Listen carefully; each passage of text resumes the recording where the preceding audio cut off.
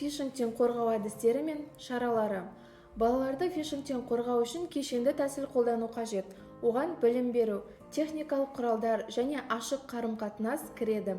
Қорғаныс әдістерін қарастырайық. Білім беру шаралары.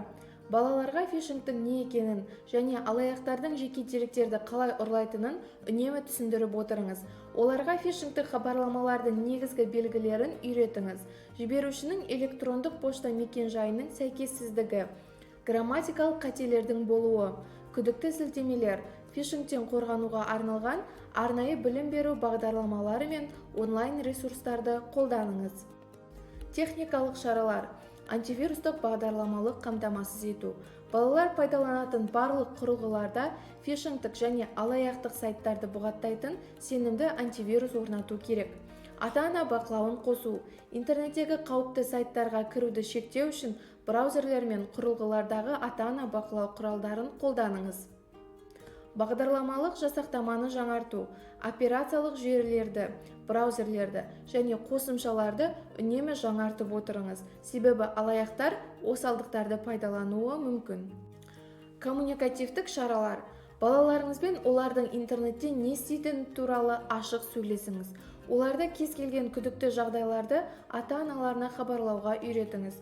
Әлеуметтік желілер мен қосымшалардағы құпиялылық параметрлерін орнатып, балаларға жеке ақпаратты қорғаудың маңыздылығын түсіндіріңіз. Бірнеше аккаунтқа бірдей құпия сөз қолданбау қажеттігін және құпия сөздерді қауіпсіз сақтау жолдарын үйретіңіз. Ата-ана бақылауы. Ата-ана бақылауы балаларды фишингтен және басқа интернет қауіптерінен қорғаудың маңызды бөлігі болып табылады. Бұл құралдарды пайдалану балалардың онлайн әрекеттерін бақылауға және интернетті қауіпсіз пайдалану дағдыларын үйретуге көмектеседі. Бақылау құралдарын барлық құрылғыларға орнату. Балалар қолданатын барлық құрылғыларда смартфон, планшет, компьютер ата-ана бақылауының орнатылғанына көз жеткізіңіз. Балаларды фишингті тануға үйрету. Балаларға нақты мысалдар арқылы фишингті қалай тануға болатынын көрсетіңіз. Мысалға, банктен келген хат, электрондық пошта күдікті мекен-жайдан келеді. Жеке деректерді шұғыл енгізуді талап етеді. Жүлде ұттыңыз деген хабарлама. Балалар қатыспаған байқаудан қымбат сыйлық ұтқаны туралы хабарлама. Жеке ақпарат сұрау, немесе жеткізу ақысы үшін төлем талап ету. Танымал әлеуметтік желіден келген хат. Аккаунт жойылады деп сілтемеге өтуге және логин мен құпия сөзді енгізуге мәжбүрлеу.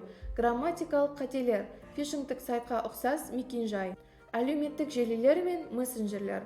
Фишингтік шабуылдар көбінесе әлеуметтік желілер мен мессенджерлер арқылы таралады.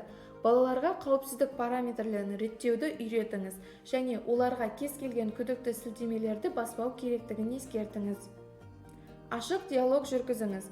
Балаларыңызбен олардың интернеттегі әрекеттері туралы үнемі сөйлесіп отырыңыз. Оларды кез келген күмәнді немесе қауіпті жағдайларды ата-анасымен талқылауға ынталандырыңыз. Ата-ана қолдауы. Балалардың интернеттегі қауіпсіздігін қамтамасыз ету ата-аналар мен балалардың ортақ жауапкершілігі.